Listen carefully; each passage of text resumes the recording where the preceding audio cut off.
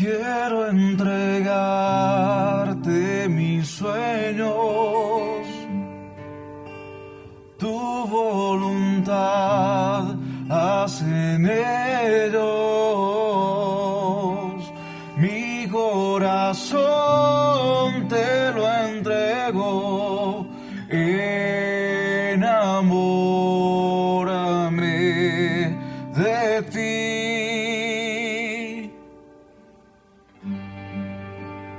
Quiero aprender a escucharte. Quiero saber qué es amarte.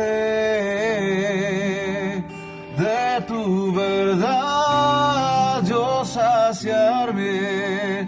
Enamórame de ti, Señor.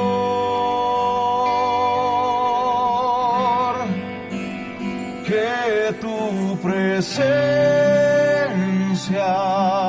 me inunde, haz de mí un odre nuevo, cámbiame, renuévame.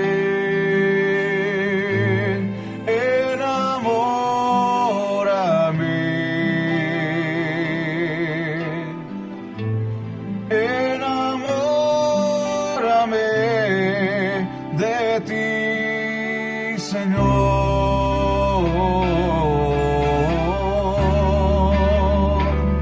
de ti, Señor.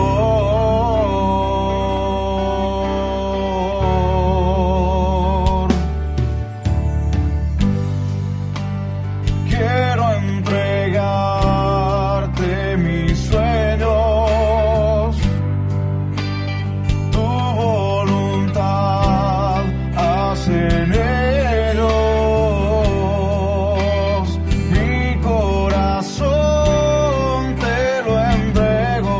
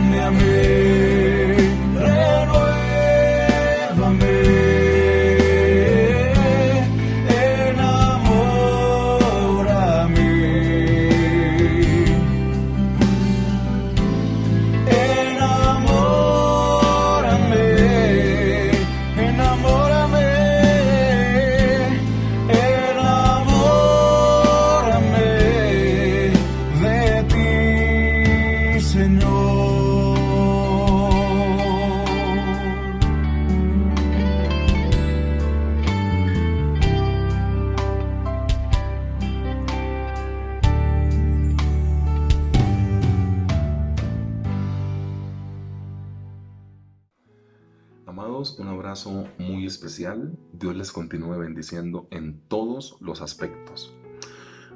Eh, Dios es maravilloso y eso no se nos puede ir de la cabeza. Mm, Mira, hay cosas que el ser humano no va a comprender de las cosas que pasan. Y perdón la introducción como tan de esta manera, pero en serio, mira, hay cosas que no vamos a entender, pero Dios nos protege en medio de estas cosas. Él nos guía. Nosotros como iglesia no hemos entendido muy bien que no todo lo de la Biblia hay que entenderlo y no todas las circunstancias que pasan hay que entenderlas, porque uno no puede entender algunas cosas que pasan en nuestra vida. Pero aún cuando no entendemos, Dios está al control. Aún cuando no entendemos, Él está a cargo. El día que usted y yo comprendamos que por más de que no tengamos el entendimiento en ese momento de saber qué está pasando, el Señor está sobre la situación, el asunto va a cambiar. El día que nosotros entendamos eso. Porque se han venido presentando muchas circunstancias en la situación familiar de algunas personas, en la situación de nuestro mismo país, en la situación del mundo entero, hermano, que uno no entiende. Y nosotros muchas veces no somos llamados a entender y a comprender todo a cabalidad. Somos más bien llamados a obedecer lo que Dios nos dice que tenemos que hacer. Y de esa manera puede ser que su revelación llegue. Y si no llega, tener nosotros la gran confianza de que Él está al cargo. Mira, hablando de la predicación de la semana pasada, yo no pude quedarme solo con esa predicación. Texto bíblico es Lucas capítulo 7, versículo 1, porque vamos a dar como el complemento de esta predicación hablando de maravíllale, o cómo fue que una persona gentil terminó maravillando el corazón del Señor Jesús. Eso lo vimos hace 8 días. Intentamos hablar algunos aspectos y si hacemos un recorderis rápidamente, hablamos que el centurión romano tuvo la capacidad de poder maravillar al Señor Jesús porque fue sensible ante la necesidad de su siervo, que era su esclavo, y fue sensible a la voz de Cristo. O sea, cuando vio que su siervo estaba enfermo, se movilizó. Y cuando escuchó, dice, cuando oyó al Señor Jesús, fue sensible a la voz de Cristo. La iglesia no puede perder esa característica, pero esta maravillosa historia de maravíllale a Él tiene un poco más. Y hoy nos entrega 2 puntos de predicación también, así como hace 8 días. Mira, Lucas 7, versículo 1, vamos a leerlo con la dirección del Espíritu Santo y rogamos al Señor que pase el carbón por mis labios para que en señal del profeta Isaías yo no profiera ninguna idea preconcebida ni ningún insulto, sino únicamente lo que tú quieras decir. En tu santo y único nombre. Amén y amén. Lucas 7:1. Después que hubo terminado todas sus palabras al pueblo que le oía, entró en Capernaum. Y el siervo de un centurión, a quien éste quería mucho, estaba enfermo y a punto de morir.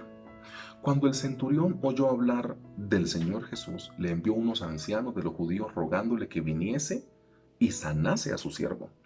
Y ellos vinieron al Señor Jesús y le rogaron con solicitud, diciéndole: es digno de que le concedas esto, porque ama a nuestra nación y nos edificó una sinagoga.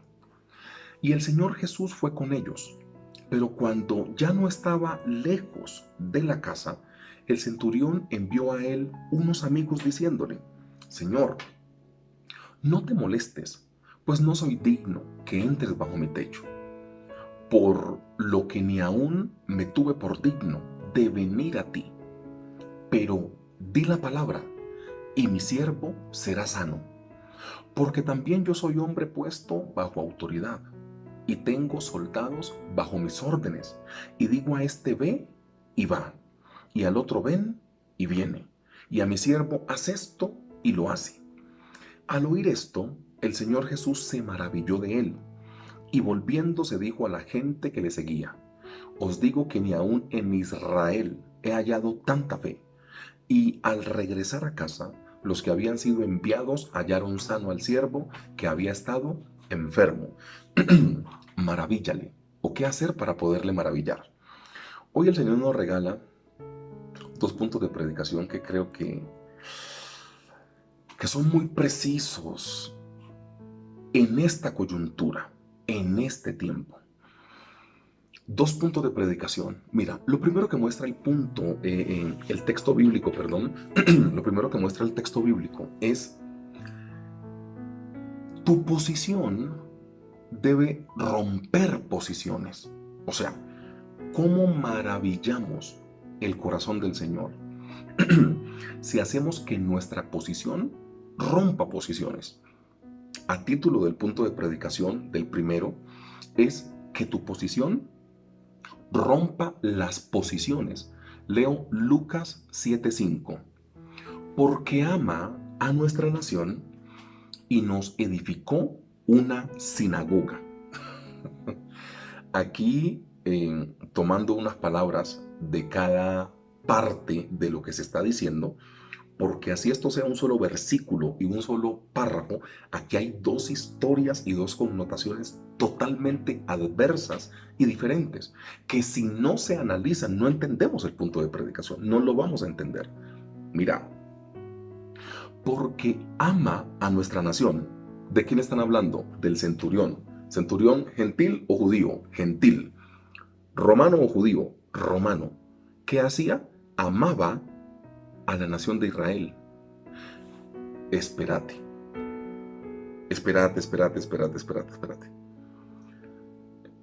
No. Yo creo que no hemos dimensionado lo que está pasando acá. Los judíos eran oprimidos por el imperio romano. Entendamos esta parte de la historia. Pero los judíos le dicen al Señor Jesús, concédele ese favor, ¿sabes por qué? Porque Él nos ama, así seamos diferentes. Ay, papá. Y aquí ya nos empezamos a meter en problemas, ¿no? Porque lo que hizo el centurión fue amar a gente que era diferente a él, a gente que pensaba diferente a él, a gente que por cosas naturales de la vida iba a actuar diferente a él, ¿cierto? Porque ama a nuestra nación y nos edificó una sinagoga. Quien ama, edifica. La persona que ama, edifica. No saca excusas. La persona que ama, edifica. El centurión, amaba a la nación de Israel, por eso les edificó una sinagoga, siendo de pueblos contrarios, porque el que ama, edifica, así sean diferentes. No utilices tu posición para crear más brecha, úsala para unir. Centurión romano, judíos oprimidos por el imperio romano, pero el centurión le construye una sinagoga a los oprimidos. ¿No será que este es un tiempo de poder construir sinagogas para la gente oprimida? ¿No será? Los judíos estaban al servicio del imperio romano. Aún así, el centurión le sirvió a los oprimidos. ¿No será que este es un tiempo para la iglesia de poder servirle a las personas que se encuentran en opresión, en tristeza, en desolación, en pobreza, en desasosiego, que no saben qué hacer con sus vidas? ¿No será que es posible servirle a esta gente? Porque, es que mira, yo todos los días entiendo más por qué el Señor Jesús, se maravilla de la actitud del centurión romano. Todos los días entiendo más. Y es una historia que le he venido dando lecturas y lecturas en diferentes versiones bíblicas, con diferentes palabritas, y leo, investigo, y yo digo, de razón el Señor Jesús, que no era fácil de que algo lo pudiera sorprender, ¿no? El Señor Jesús lo sabía ya de antemano. Y ahí hubo cosas que lo maravillaron, como estas. ¿Cómo es posible entender historias como estas si no es bajo los lentes del Señor Jesús? ¿Cómo? No la podés entender. Esta es una brecha más fuerte que la brecha que tenían judíos con samaritanos, y voy a explicarlo por qué.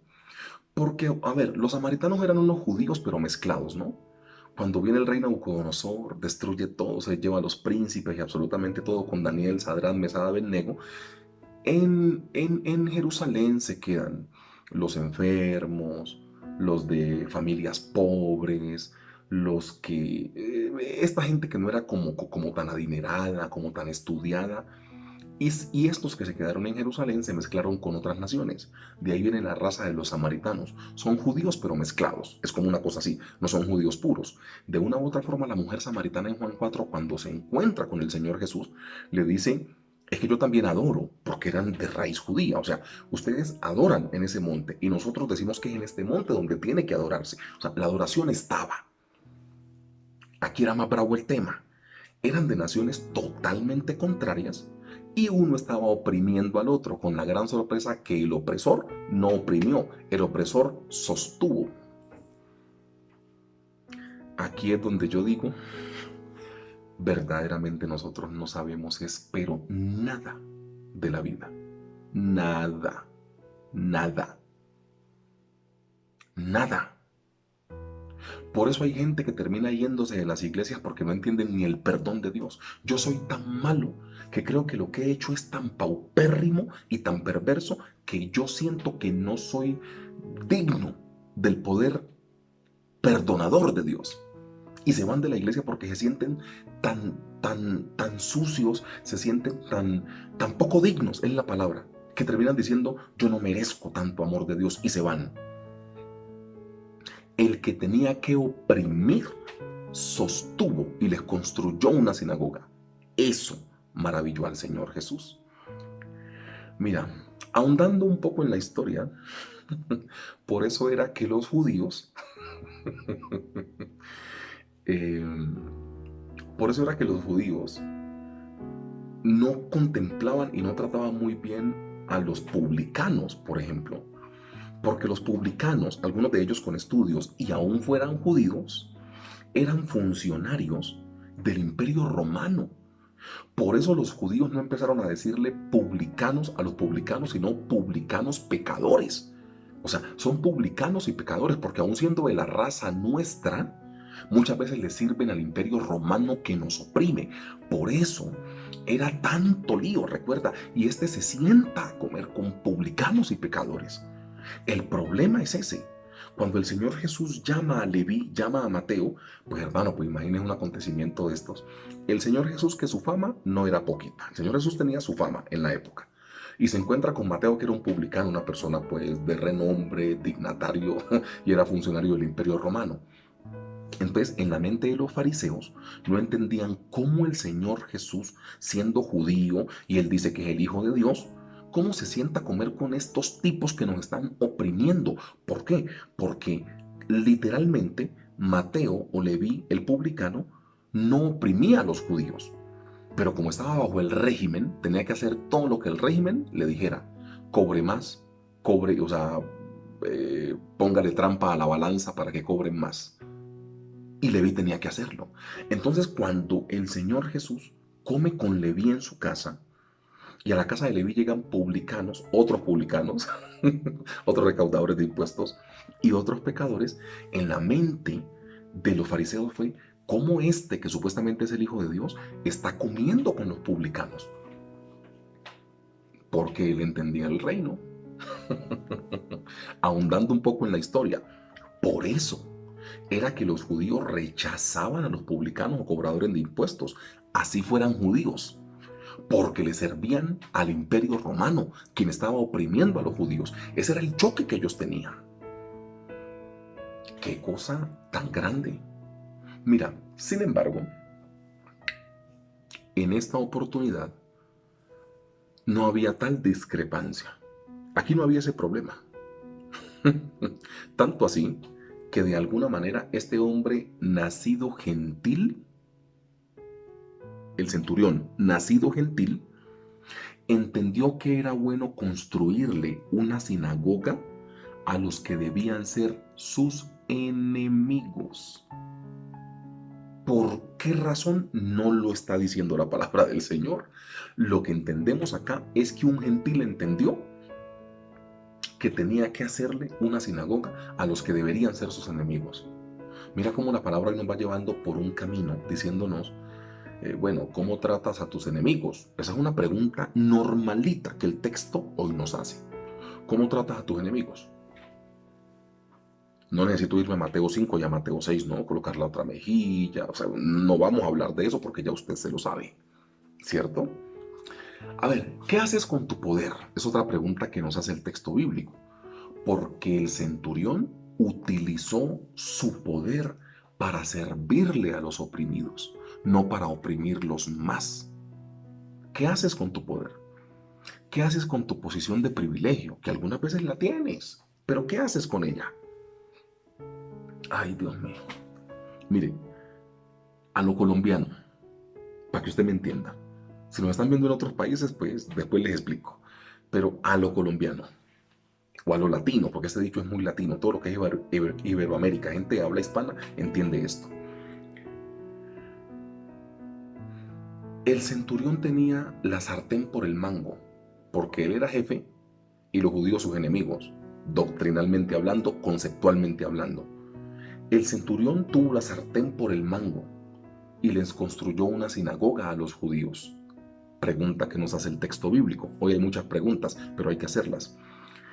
Reitero, el centurión tuvo la sartén por el mango y le hizo una sinagoga a los judíos que deberían ser sus enemigos. La pregunta es, ¿qué haces cuando tienes la sartén por el mango referente a tus enemigos? ¿Por qué el centurión pudo generar una sonrisa en el rostro del Señor Jesús? Y o sea, el Señor Jesús, se maravilló. ¿Por qué? Porque el centurión entendió que la posición que él ocupaba debía romper con las diferencias y con todas las posiciones que había. Él entendió eso. Por eso maravilló el corazón del Señor Jesús. Primero, que tu posición rompa las posiciones. Y segundo, humildad.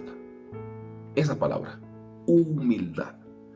Vamos a leer Lucas 7:6. Lucas capítulo 7, versículo 6, en el cual la palabra del Señor dice: Y el Señor Jesús fue con ellos, pero cuando no estaban lejos de la casa del centurión, el centurión envió a él unos amigos diciéndole: Señor, no te molestes, pues no soy digno que entres bajo mi techo. Ay, hermanos, humildad. Reconocer la grandeza del Señor Jesús. A ver, el hombre que construyó una sinagoga, porque es que yo quiero que usted entienda qué significa para la fe judía construirles un templo o una sinagoga. ¿Ustedes entienden qué significa construirles un templo para que sus enemigos se congreguen y adoren a sus dioses? Pensando en la posición del centurión.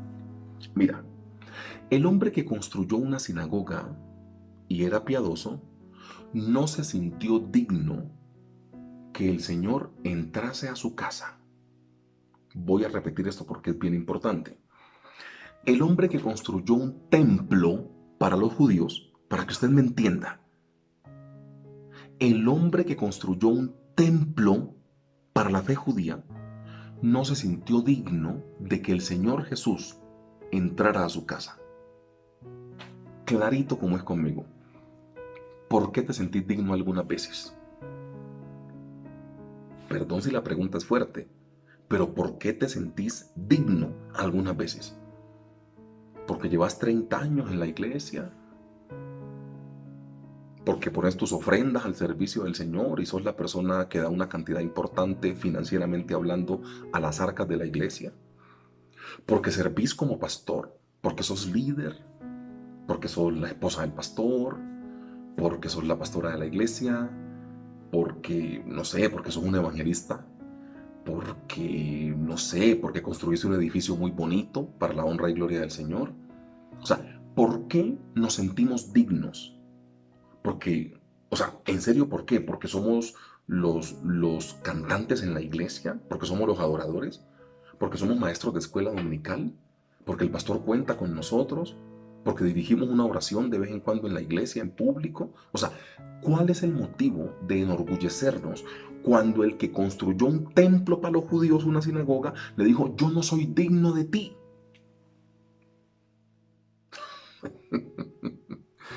Mire, iglesia, con todo el respeto del mundo, y ustedes me conocen, no estamos entendiendo nada de la vida cristiana. Nada.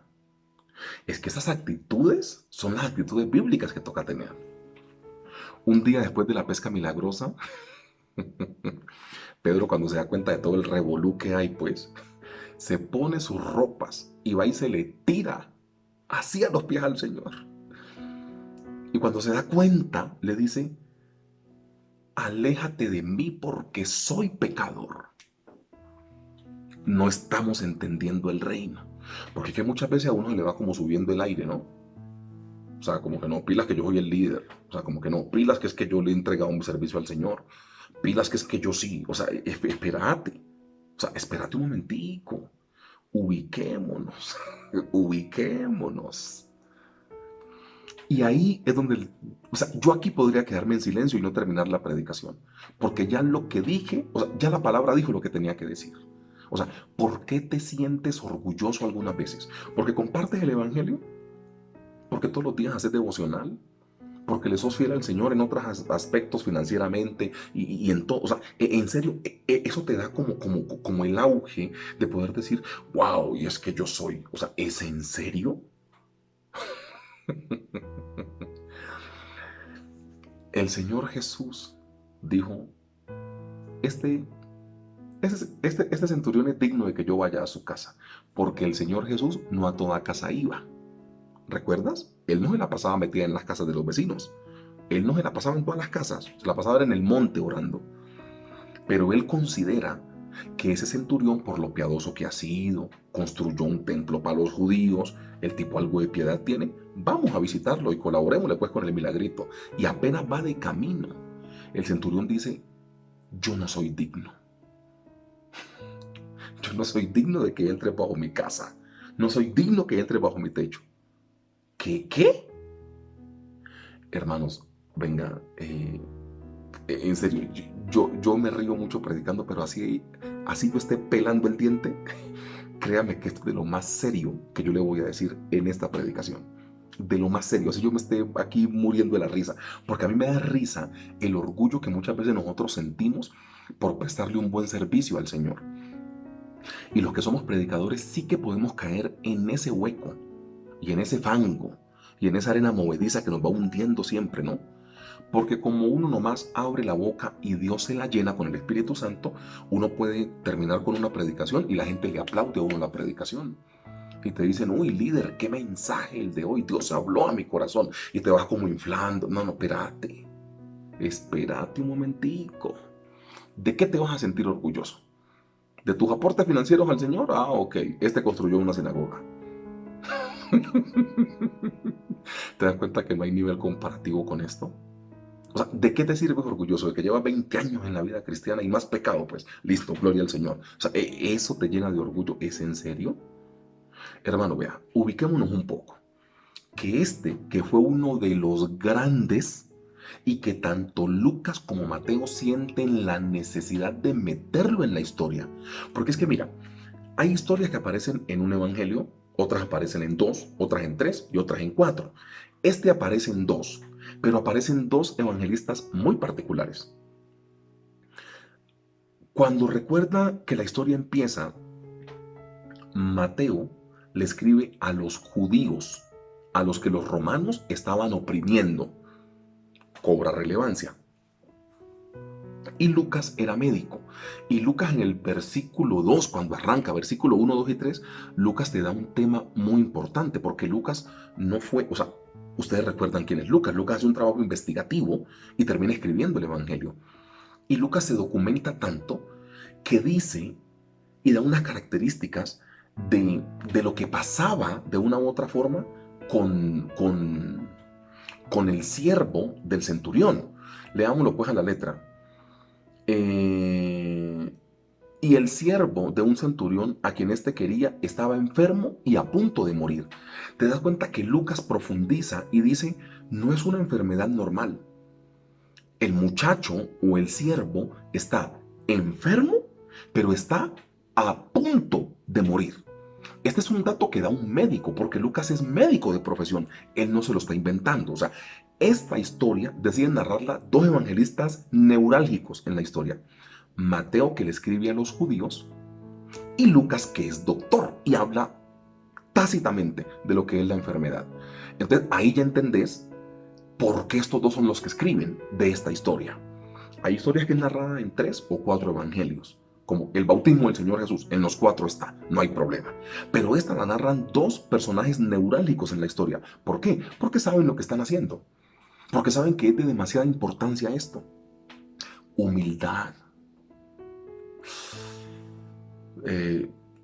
Para ustedes pueden ser frases muy bobas. Una cosa es, bienvenidos a mi casa. Otra cosa es, bienvenidos a la casa que Dios me regaló. Usted podrá estar viendo esto y dice, ay, pero tan religioso, tampoco. Es que ese es mi carro. El carro que Dios nos permitió tener. Uy, el mensaje es pero totalmente diferente porque lo estás metiendo a Él. Lo estás metiendo a Él. Es que es mi trabajo. El trabajo que Dios me concede tener. O sea, ¿no será que te ubicas un poco? Es que esta es mi plata. ¿Qué? Oigan a estos. Es que esta es mi vida. ¿Mi vida? O sea, después de que recibís a Jesús en tu corazón, tu vida no es tuya. Tu vida le pertenece a Él. Y perdón por colocar estos términos, pero así yo creo que te concientizo un poco más. Tu vida no es tuya. Que yo hago con mi vida lo que se me dé la gana y que yo decido que, ¿qué? Cuando Él quiera, te la quita. Porque no es ni tuya. Empezando por ahí. Entonces, ¿de qué nos vamos a enorgullecer nosotros cuando el que le ha construido un templo a los judíos dice, no soy digno de ti, Señor? Ahí es donde yo me río con estas predicaciones porque es que el Señor nos mete unas cachetadas muy bravas. Es muy en serio. O sea, el Señor nos vuelve ropa de trabajo de vez en cuando, pero es necesario. Entonces, nosotros muchas veces creemos que somos dignos del aplauso. A esos el Señor Jesús les dijo, de cierto os digo en Mateo 6, ¿no? Que ya tienen su recompensa, el aplauso de la gente. Sácate tu cuento de la cabeza. Y yo llevo tantos años de servicio al Señor. Si eso lo decís para honrarle a Él, gloria al Señor. Si lo decís como para decir que es que sos el duro del paseo, no estás en nada. Nosotros tenemos que ubicarnos, porque antes somos privilegiados al tenerle a Él como Señor. Mira, todo lo que hacemos y tenemos es por su gracia. Por favor, a agradecer un poco más a nuestro Dios, a agradecerle un poco más su bondad y su misericordia, a agradecerle un poco más. Mira, el centurión es otra cosa que nosotros tenemos que entender de la historia. A ver, Mateo 5. Al que quiera tomar nuestro abrigo, démosle también la túnica o la capa, es la palabra que aparece ahí. Y al que te pida que le lleves la carga 1 milla, llévasela ¿cuántas? 2. Te sabes la historia, ¿no? Eso es Mateo 5 del 40 en adelante. No, como el 38, una cosa así en adelantico. Mira. El Señor Jesús predicó en Mateo 5 porque recuerda que el Imperio Romano está gobernando. A ver, expliquemos un poco el contexto. El Imperio Romano está gobernando, ¿cierto? Una persona, por tener la ciudadanía romana, para que usted me entienda, por tener el pasaporte romano en esa época, podía decirte, tienes que llevarme la carga 1 milla. El Imperio Romano, subyugando a todos los otros, el que tenía ciudadanía romana, pasaporte romano, el que tenía cédula romana, para que usted me entienda, le decía a cualquier otro, llévame la carga 1 milla, y tenía que llevársela. Y llega este magnífico Señor Jesús. Yo me imagino cómo el Señor Jesús les explicó esto, ¿no? Y yo creo que había una pelea, ¿no? Inventémonos una historia para que usted me entienda un poco más. De aquí en adelante es una invención, yo le digo dónde termina la invención. Una invención. Un día al Señor Jesús le dijeron, Señor Jesús, esos romanos nos tienen pero cansados, hermano. Que porque tienen pues su cédula romana, entonces nos están subyugando. Y han colocado en la ley que si ven a un gentil o a un judío que no tenga ciudadanía romana, ¿sabe qué le piden los majaderos estos? Que le lleven la carga 1 milla. Señor Jesús, qué injusto. ¿Tú pues qué dices? Y el Señor Jesús, si algo tiene, es que nos sabe sorprender. Y le dijo, es muy injusto. No tienen derecho a pedirle que le lleven la carga 1 milla. Porque ustedes de voluntad propia se la van a llevar 2 millas. Este es el Dios que nosotros tenemos. El Señor Jesús un día le dice a la gente, ¿cierto? Y eso lo está explicando Mateo, quien le escribe a los judíos que están siendo subyugados por el Imperio Romano. Es que ahí es donde uno entiende un poco más las predicaciones, porque es que no se escribe por escribir el Evangelio. Porque cuando uno entiende que Mateo le escribe a los judíos, y los judíos están siendo oprimidos por el Imperio Romano, uno entiende por qué esta historia de la milla y llévasela 2 está aquí en Mateo. Uno ya entiende por qué.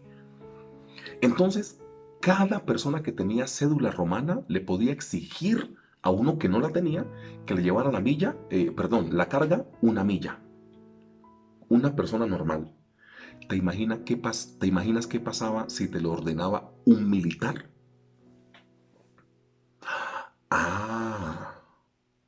Porque el militar no era un ciudadano romano normal.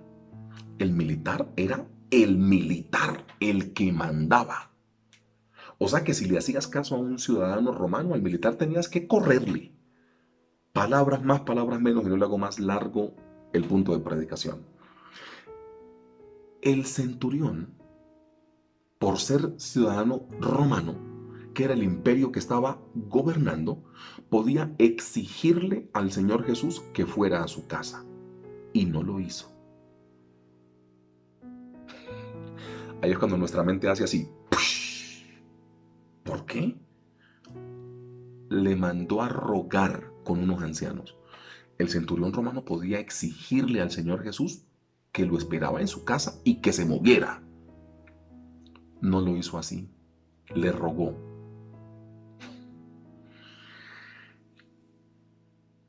Iglesia, ¿y ahí qué vamos a hacer nosotros dos?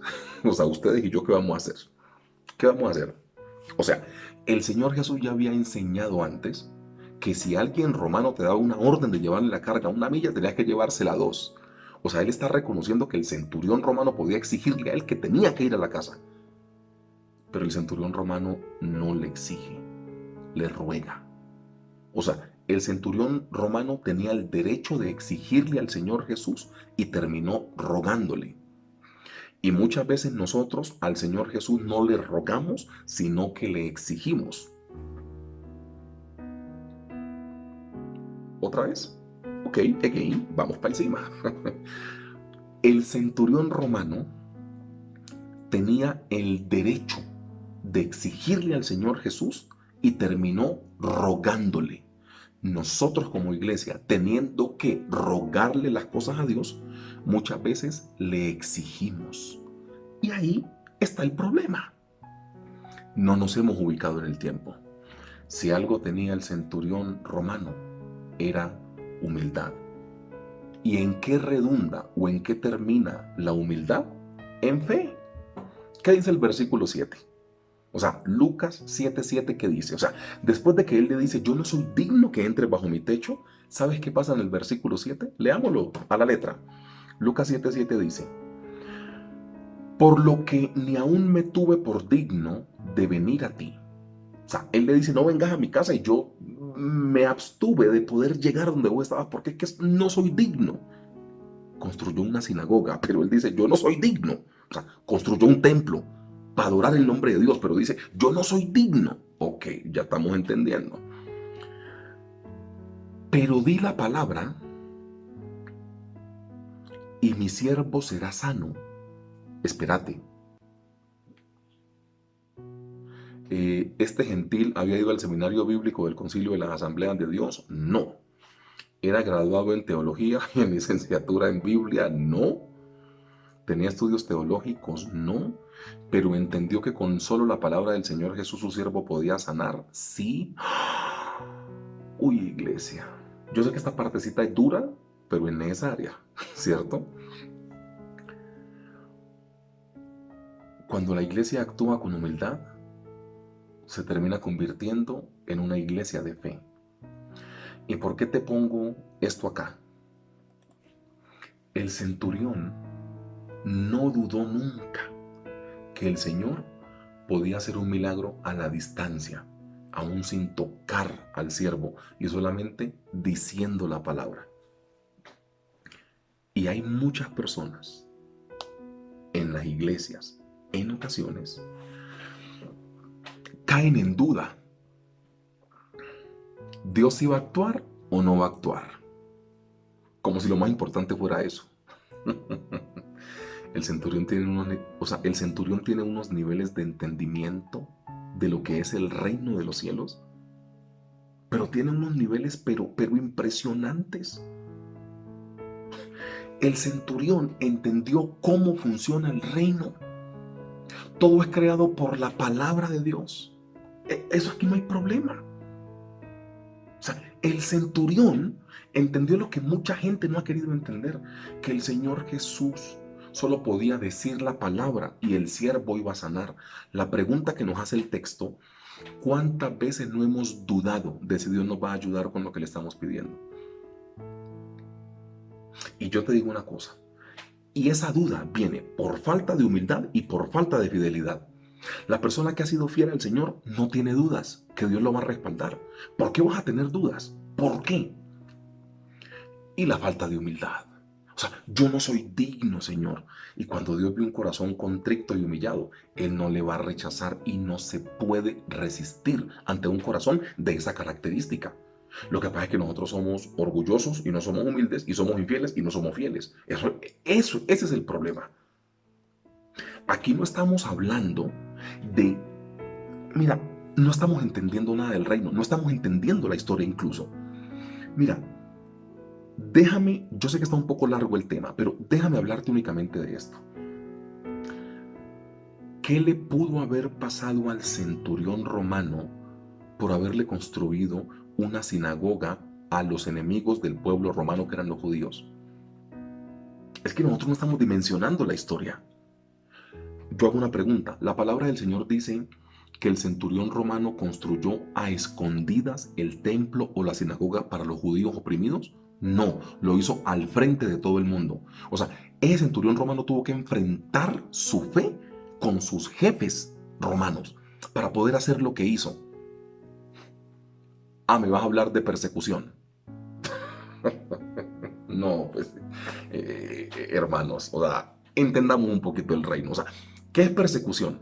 Que nos digan cristianos, panderetos, aleluya, y que nos digan faldudos, y que nos digan que ya alguien nos lavó el cerebro. ¡Ay, nos están persiguiendo, pastor! ¿Qué te dijeron? Pandereto. Ay, no, hermano. ¿Es en serio? O sea, ¿ustedes están entendiendo que este centurión romano se enfrentó a sus jefes romanos para poderle hacer una bendita sinagoga a los judíos? O sea, ¿ustedes están entendiendo esto? Y aquí, perdón, hermano. Ya lo pensé, si es pecado ya pequé, voy a soltarlo. Aquí tenemos que dejar la bobada, perdón, de que nosotros creemos que nuestros hijos son oprimidos o les hacen bullying o algún tipo de cosa. ¿Qué pasa? Sí, pero tu reacción tiene que ser diferente. Es que, a ver, historia. Tengo a mi hijo o a mi hija estudiando en un colegio que no es cristiano, un colegio normal, y lo ponen a rezar como el rosario y me están persiguiendo el niño.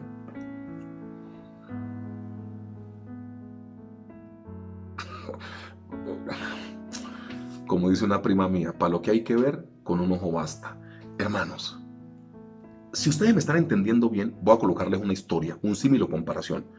Los hijos de los judíos oprimidos iban a la escuela romana, donde si no adoraban al César les cortaban la cabeza, para que te quite el tema de que es que, ay no, y es que me están oprimiendo. Nada, hermano, la iglesia tiene que ser más berraca, perdón la palabra. O sea, en serio, o sea, nosotros les llamamos persecución. O sea, Ven, ¿y te persiguen? Sí, ¿y por qué te persiguen? Ay, pues no sé, en el conjunto todos son, o sea, yo soy el único cristiano de mi familia, me siento perseguido. ¿En serio? Hay cosas que van a pasar, sí, hombre. O sea, hermano, o sea, no nos ha tocado nada, es lo que les intento decir. Este centurión romano construyó en público. La gente sabía que les había construido una sinagoga a los oprimidos. Se enfrentó con el imperio romano para poderles construir un templo a los judíos. Y usted y yo decimos que los perseguidos somos nosotros. No estamos entendiendo mucho del reino. Que el Señor nos ayude a poder entender que, que hay cosas más importantes que nosotros. Humildad. Este fue humilde y su humildad le desarrolló la fe. Fue tan humilde que dijo, yo no soy digno de ti. Y cuando nosotros entendemos que no somos dignos de todo lo que tenemos, es cuando nuestra fe empieza a crecer. Y ahí es donde entendemos que únicamente con la palabra que el Señor confiese, nuestro siervo puede sanar. ¿Cuál es tu siervo en esta noche? O sea, ¿cuál es tu siervo? Problema financiero, problema de salud, problema de sanidad interior, del alma, pues. O sea, ¿cuál es tu problema espiritual? ¿Cuál es tu siervo hoy? Porque hoy Jesús lo puede sanar, solamente diciendo la palabra, que de hecho ya la dijo hace 2000 años. ¿Por qué dejar de creer? Algunas veces por falta de fidelidad y por falta de humildad. Cuando la iglesia empiece a ser más fiel y más humilde, Dios revela y entendemos que solo con su Biblia nosotros tenemos la capacidad, porque ya la palabra fue soltada, la palabra fue confesada. Ahí entenderemos que para Dios no hay nada imposible. Iglesia, que Dios les bendiga entrañablemente. Es mi deseo, es la verdad. Fuerte abrazo y bendiciones y que Dios nos cuide siempre nuestro caminar.